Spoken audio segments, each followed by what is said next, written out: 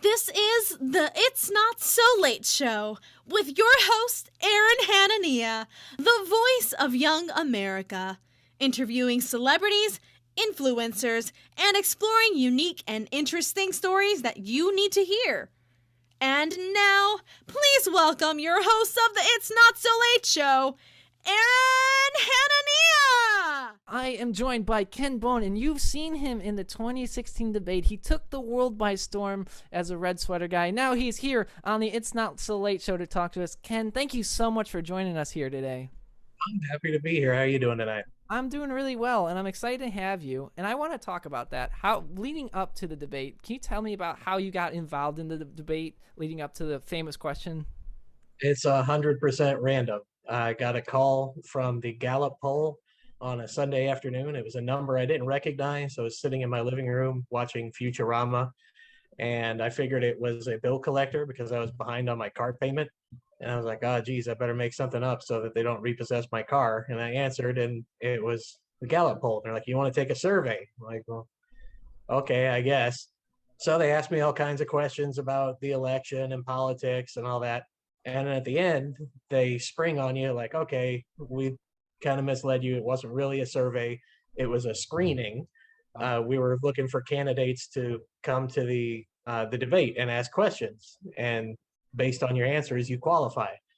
I'm like, okay, what question am I supposed to ask? They're like, well, you have to write it yourself. And we'll send you all kinds of forms and stuff to prove it's legit. You got to do a background check with the Secret Service and all kinds of stuff. And, because you're standing or sitting literally feet from whoever's going to be the next president. So there's a lot of security, a lot of background checks, all that. And then, they told us not to tell anybody we were going to be there. Really? Was that hard for you to not tell your friends and family? Because I understand you you have a day job, so having to go missing from action, temporarily, and then your friends and family are like, there he is on TV. Was that a hard thing to keep secret? Well, we were allowed to tell like our boss if we had to request a day off, and our family be like, hey, be watching the debate because I'm going to be there. They just didn't want it out on social media or like widely known because they didn't want the press trying to get us to ask their question instead of ours. Right. So speaking of your question, I want to talk about, where did you get the inspiration for that question? I think you said you're in the energy industry. Is that kind of where your question was rooted from? Yeah, I work at a power plant, and I also come from a small town called Granite City, which is an Illinois suburb of St. Louis, Missouri, just on the other side of the state border. And it's based around a steel mill. So working inside the power industry and seeing the way the winds are blowing, that within the next 20 to 30 years, it's looking like all fossil power plants are going to either be shut down or under pressure to shut down.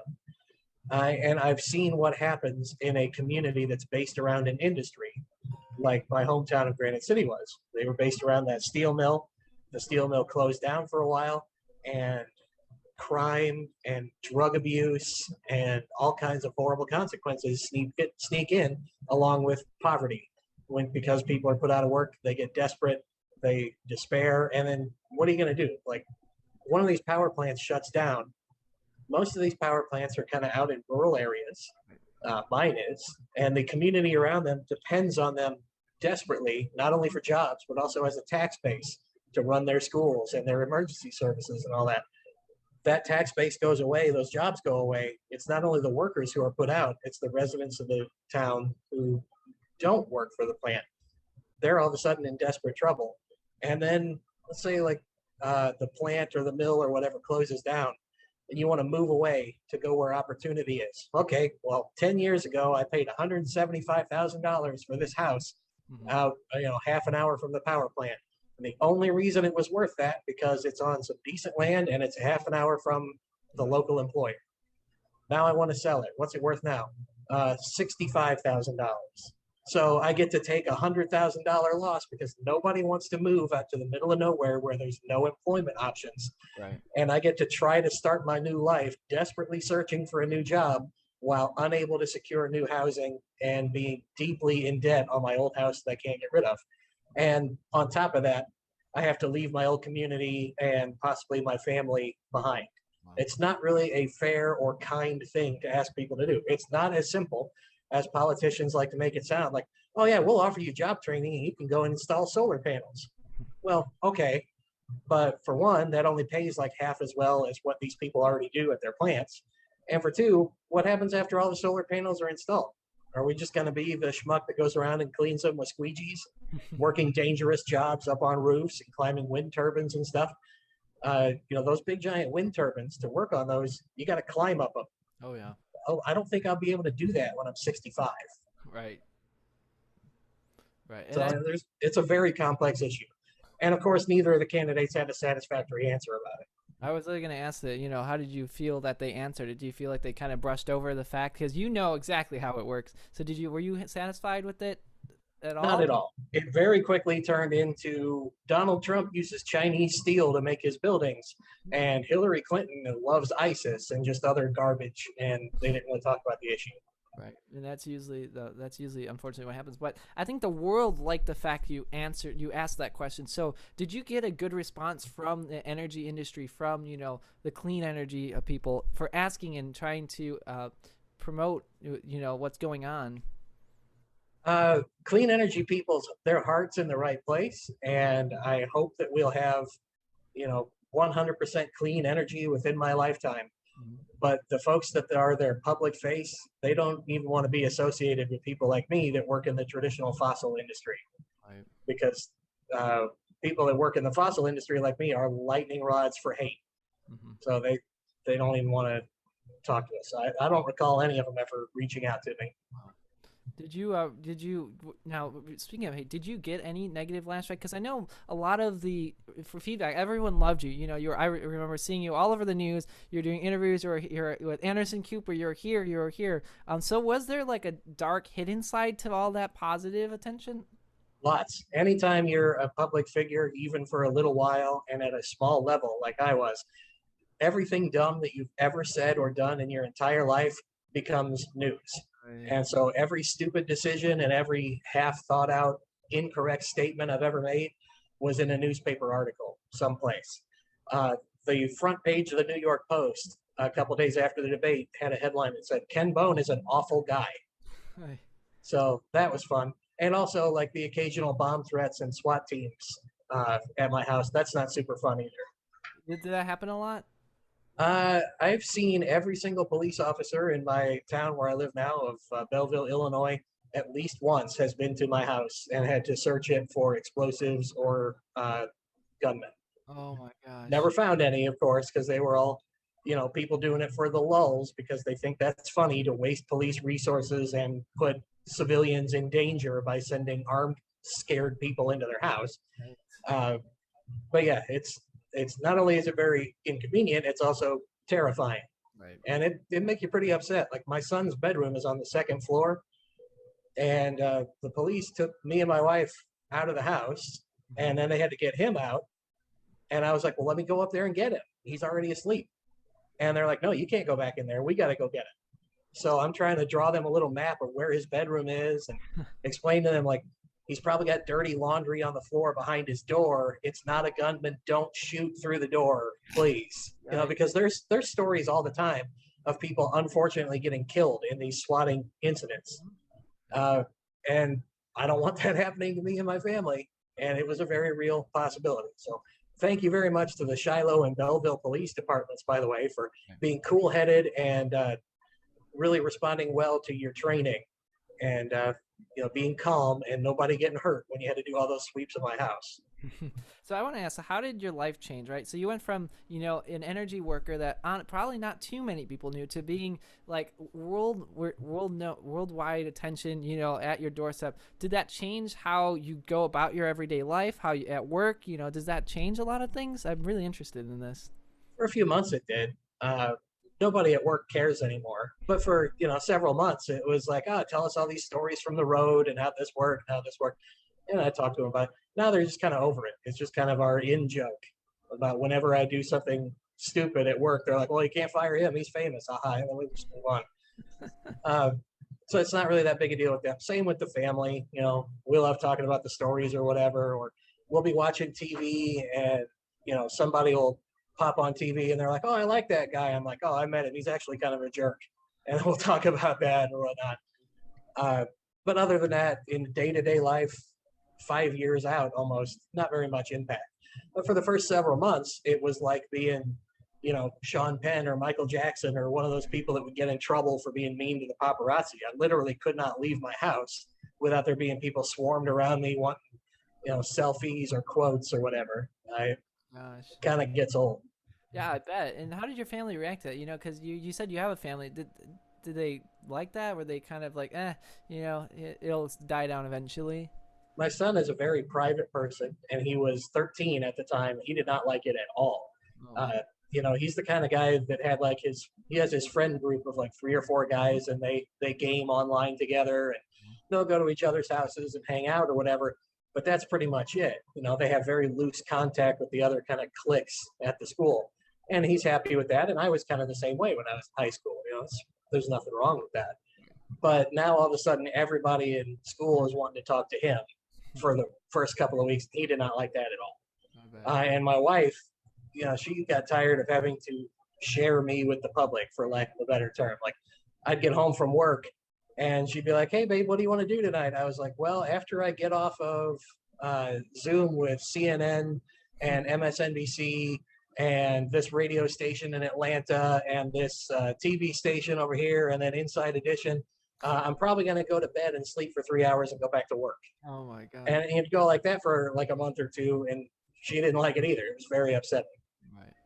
So talk about some of these exposure, because you're throwing these big names around. So do you have a personal favorite like interview or someone that you pleasantly enjoyed talking to? That?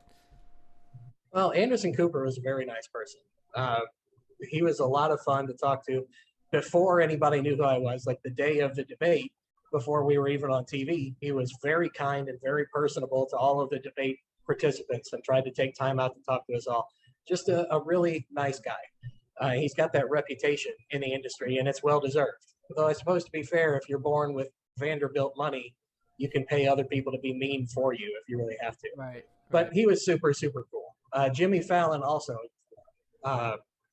he was a nice guy. I only got to talk to him for about 30 seconds. I guess anybody can be nice for 30 seconds at a time.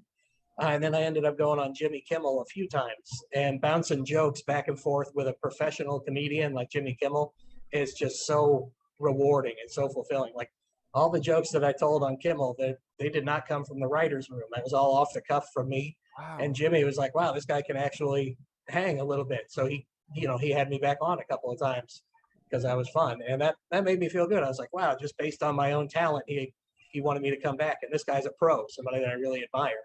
So that made me feel pretty good too. That's really cool though. That I'm sure you didn't expect this to happen. So when it started happening, what was your reaction as you're blowing up? You're getting calls from all these people. Jimmy Kimmel wants you, Inside Edition, everybody, Atlanta wants you. What was your reaction? As you're like blowing up, seeing yourself like plastered all over the news. I didn't get it. I mean, I've known me for 38 years now, and I don't think I'm that interesting. But I just kind of tried to keep track of it all in a notebook. I've got a couple of notebook pages that I tore out and put in my scrapbook along with all the fan mail and pictures and stuff upstairs. And it's just like every 15 minutes for days, for about 20 hours a day, would be like, all right, this radio station, now this TV station, now, okay, now you got to get in an Uber and go to this. You got to go to PBS in downtown St. Louis, and we're going to use their satellite uplink to do this show and this show and this show. And in between, while they're rerouting the satellite, you got radio interviews by phone, and then you got a business call with iZod because they want you to do a sponsorship, and then you got this. And it was like scheduled to within no more than 20 minutes of free time every day, at least for the first week. Oh my God. Now, do you have a manager? Do you have somebody helping you do this? Or maybe did you at the time? Nah, just me. Really? How did you do that? How did you manage your time so well that you were able to do this yourself? I screwed it up a bunch of times. Headline News, CNN Headline News, they were very mad at me because I missed a live spot with them because I couldn't get across town fast enough. And I was like, sorry, I don't know what you want from me. Talk to your pals on the other channel who held me over for an extra segment, and I didn't know how to tell them no. Because that's like, if you ever listen to the radio or watch it on TV and you'll see the host say like, can you stay with us for another segment? And you always think like, well, they must have arranged that ahead of a time. Well, sometimes they don't. Sometimes they just ask you that, and you either have to say, yeah, sure, I'd love to, or you have to be a giant jerk and like big time them and say, oh no, I actually have to get off to the next thing. And you have to kind of decide in real time who you're going to say screw you to live, which really feels bad. I don't like doing that. So I messed up multiple times, and every time I thought like, man, I should try to get an agent. Well, the only agents that reached out to me were the kind of agents you don't want to do business with, like, scummy folks who are going to have you doing crazy stuff for $10 or whatever. And I didn't have time to reach out to one myself and do the research and find a good one. And then I thought like, well, this can't go on for more than another day or two. What do I need an agent for? And then it would just keep going and keep going and keep going until, looking back, I wish I had gotten an agent, and I might have been able to do some more stuff that I really enjoy. Like guest hosting radio programs. I've gotten a chance to do a couple times. You actually get paid for that when you're, taking over the hosting duties, or doing voiceover work or advertisements. That's the kind of work that agents can get you. I really love doing that kind of stuff. But it doesn't just fall in your lap. You have to know where to look for it. Right. And now what are some of the things you've been able to do in that regard? Have you done sponsorships and whatnot? Are you sponsored with your sweater or something like of that nature, like a clothing brand? I was. It's all over now because it's been almost 5 years. Right. But Izod, they're the company that made the sweater. They approached me and wanted me to be like one of their spokespeople, and we made a couple of commercials. And their same parent company that owns Izod also owns Calvin Klein. Wow. So I tell everybody I was a Calvin Klein model back in 2016. And it's technically true. So eat it, attractive people. I was a Calvin Klein model, and you weren't. And yeah, I got paid pretty handsomely for that. And I got to give a whole bunch of money to charity. And through my contract, I got to make them give a whole bunch of money to charity too, which was great. That's pretty standard for like forward-facing on-camera people. Like you'll say, okay, I want to take 10% of my pay and donate it to this charity. And the company will usually match that because it looks good for them. And, it's a good deal all around. The charity gets more money. They get more publicity. It's great. So a lot of people negotiate that into their contracts. It's not like I'm some special guy that made them, do it. And it was unusual. I got to do, the one that actually got me kind of blasted on the internet where they said I was a sellout was I did a real short endorsement for Uber. Uber launched Uber X here in St. Louis, where like you can get nicer cars and, better rides or whatever. And they were launching it that weekend, and they're like, hey, it'd be fun if you were the first rider in Uber X in St. Louis and you helped us kind of launch it locally. And I was like, oh, okay. And I showed up and I did it. It took like a half an hour, and they gave me $300 worth of store credit for Uber. Wow. And of course, I didn't tell people on Twitter how much I got paid. So they were assuming that it was like some big giant contract. And they're like, oh, Ken Bone's sold out. I'm like, well, first off, what's wrong with selling out? Everybody sells out. Scarlett Johansson's in car commercials, for God's sake. Everybody's just trying to make a buck. That's how you make a living. Right. And I didn't do business with anybody like horrible or evil. Mm-hmm. It's Uber. They drive you to the airport, which is what I used the $300 for, by the way, to get back and forth to the airport when I had to fly places. Really? And then I was like, man, if I was really a sellout, I would have done it for more than $300. I'm glad they didn't find out how much Izod paid me, because it was a hell of a lot more than that. Oh yeah, it helped though, the Izod though. Do you see people still see that stuff and want that, like those companies? I don't work directly with any companies right now because it wouldn't really be lucrative for them. There was a few commercials that I was up for in the first year or two, and they ended up not getting cast. That's something I learned in the entertainment business. I got to see behind the curtain a little bit. And for every 10 things that get pitched to you, only one of them will move into pre-production. And for every 10 things that get into pre-production, only one of them might make air. So it's, I got pitched tons of ideas like, oh, you could host this, political thing that we'd air at 2 a.m. on, CBS or whatever. Or, it'd be a mini series, or we could do a reality show, or we could do this, or you could be a contestant on our new game show to help promote it or whatever, and they'd all fall through. Right. And the first couple of them, I was like, oh man, I'm going to be a giant star because I didn't know how the business worked. Yeah. And then over time, I learned like, oh, that's not unusual to get pitched a whole bunch of stuff and it not really happen. So I only ended up actually doing a couple of the, a couple of the ideas I got pitched, and that's just how the business works. Right. It's pretty lucrative behind the scenes. I think people don't realize that, what goes on behind the scene. They just think, oh, they see your face, but they don't realize what goes in, that you're like a human being. They almost objectify you, where you have to be at so many places doing so many things and you can't even live your own life.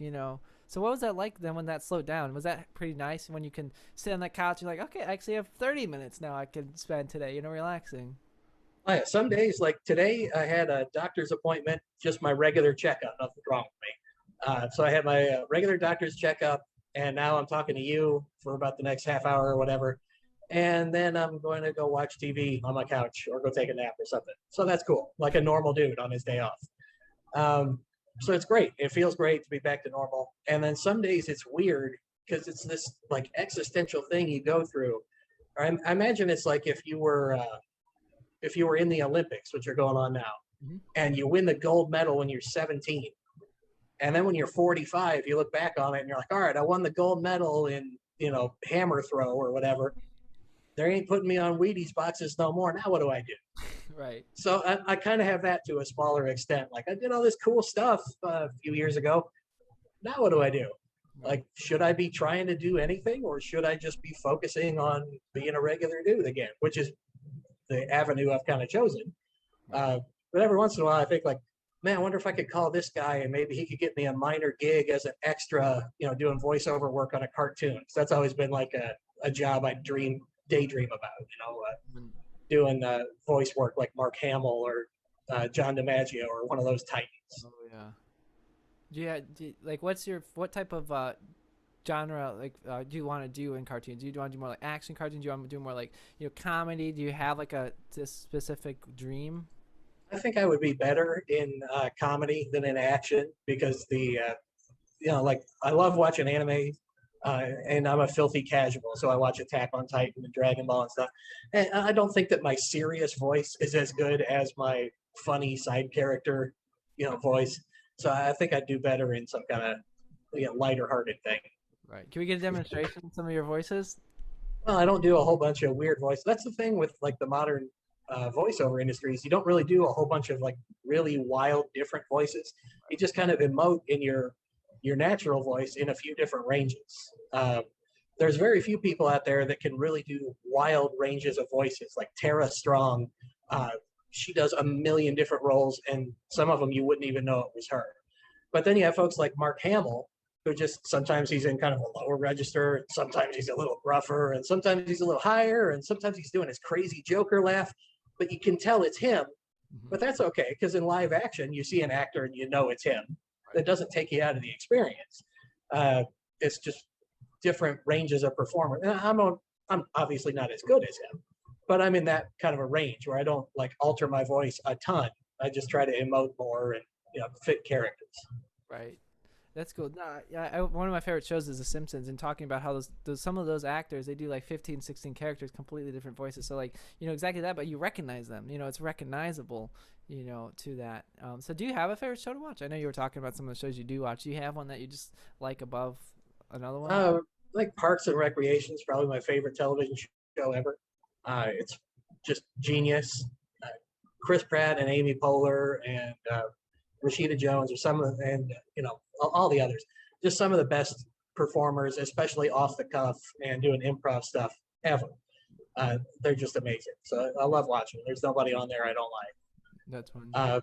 For animated stuff, I'm always going to be a big Dragon Ball fan. I was really, really into Transformers when I was a little kid, and that's kept me going throughout my entire life. I've watched all kinds of Transformers cartoons and movies and stuff.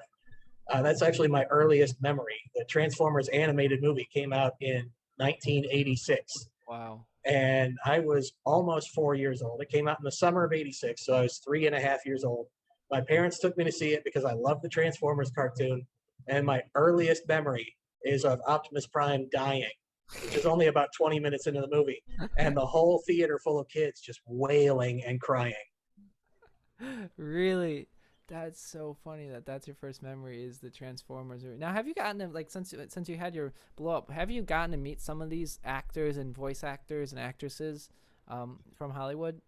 I get to interact with some on Twitter a lot more, like Greg Baldwin, who did the voice of Uncle Iroh on Avatar: The Last Airbender after Mako passed away. He was the replacement voice. He did an outstanding job, and I've gotten to talk to him back and forth multiple times. He is the nicest dude ever. Really?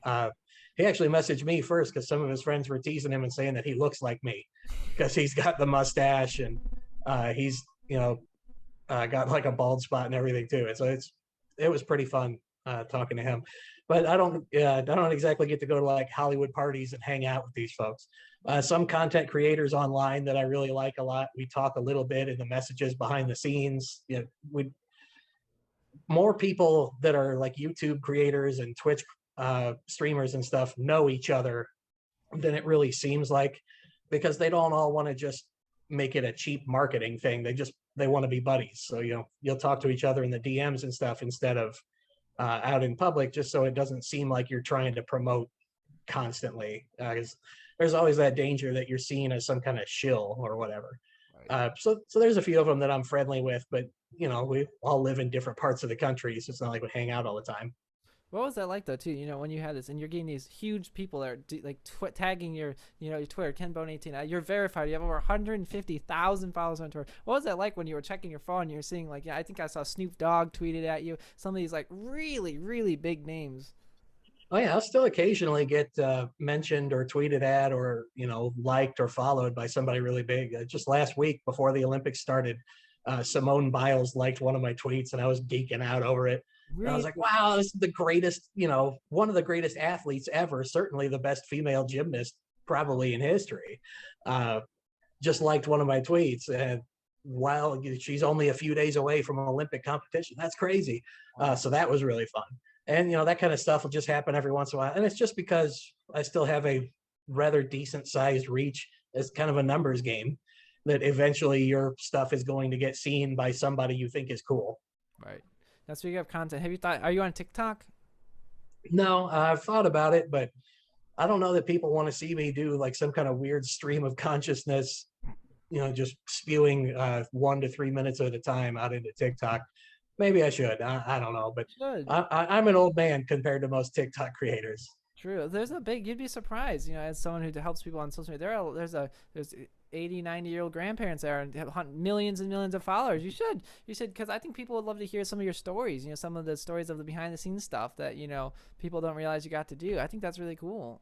Yeah, my wife was watching some reaction vids on TikTok today, and I was like, we could do that, you and me, and I could promote it on my Twitter, and we'd probably get a decent following. And she's like, I don't want to be on camera. I'm like, oh, good, because that sounds like a lot of work.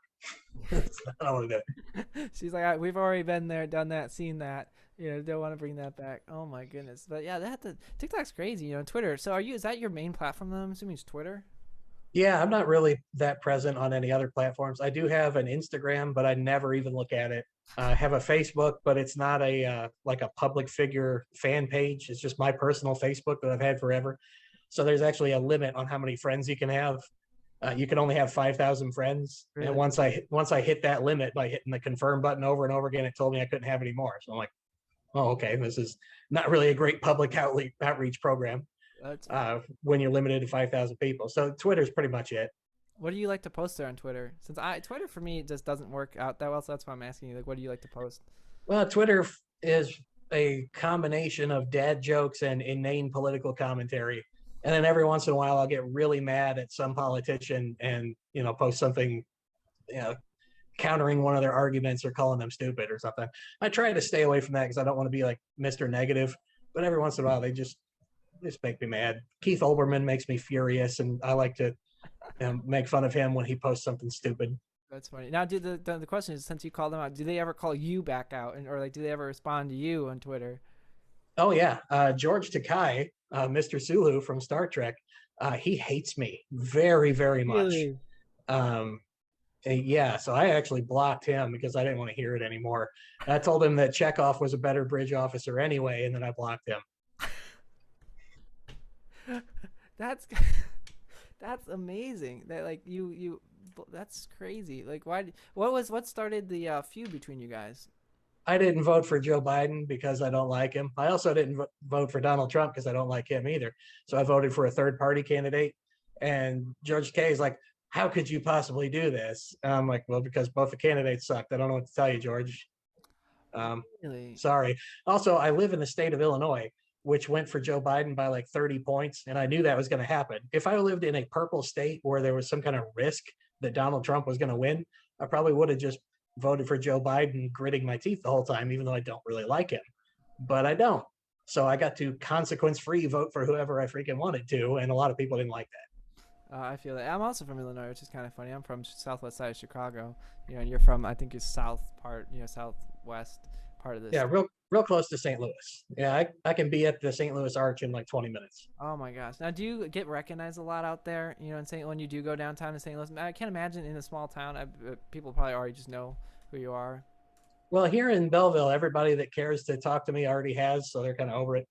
Um, and in St. Louis, I still get stopped. Like we went to the City Museum a couple weeks ago. The St. Louis City Museum is a cool museum of art installations, modern art, and they also have just all kinds of fun stuff. There's a couple of bars in there and pinball machines and just all kinds of wacky stuff. Great family day stuff.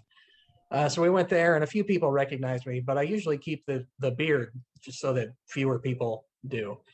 And also, like I don't wear the red sweater around. I never wear it ever. I actually get kind of upset when people ask me to wear it. Um, so that's what people are really looking for as an identifier, and I don't wear it anywhere. Now the real question is, what happened to the red sweater? Like, are you gonna get it framed? Put on a wall as a memento for family? Are you gonna donate to the Smithsonian? What's gonna happen with the red sweater? I never want to see it again. Izod bought it back from me. They gave $10,000 to the St. Patrick Center for the Homeless in exchange for the sweater. So it's in their archives in New York. They said they've got some other famous stuff that they've made in their archives. They've got Michael Jackson's moonwalk shoes. Wow. They've got James Dean's leather jacket from Rebel Without a Cause, other stuff like that. Now, those things are probably hanging on a wall, and the sweater is in a box over in the corner someplace, but at least it's in the room. How does that's gotta feel incredible that, your sweater is in the same room as these legends. It was pretty wild, but I didn't like hand sew it or anything. They made it. They gave me money to take it back. I'm like, okay. I paid, I think, like $60 for it, and then they bought it back for 10 grand. I thought it was a pretty good deal. I can't think of a time where I got paid. I made a profit off my clothes. I think that's pretty awesome, though. That they bought it back. It's donated for charity, though, so that's great that you do. There's too many people that don't help out charity, so that's why I really like hearing that. You help give back to the community. Is there like a charity like that in Belleville that you like to help out? Is there local? Well, right here in town, I would say probably the Metro East Humane Society. They take care of animals. But in the local area, the number one charity I look out for is the St. Patrick Center for the Homeless. They're a housing first or homes first homeless initiative, where instead of like a traditional homeless shelter where they say, okay, we'll pull you off the street, and if you get clean, get off drugs, if you do this and you find a job, you do this, you do this, you do this, do this, then we'll help you find somewhere to live. Wow. Well, statistics don't bear out that working very well. About 70% of those people that get helped by those shelters end up homeless again.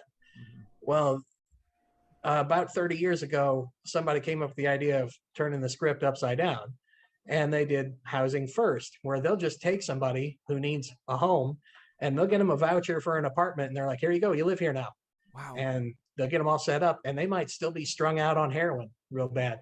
But once you get them a stable home and someplace to live and an address and a warm place to sleep and shower and everything, it becomes much, much easier to attend rehab meetings and find a job and escape from domestic abuse and things like that, or get mental health counseling, which are four of the biggest root causes of homelessness.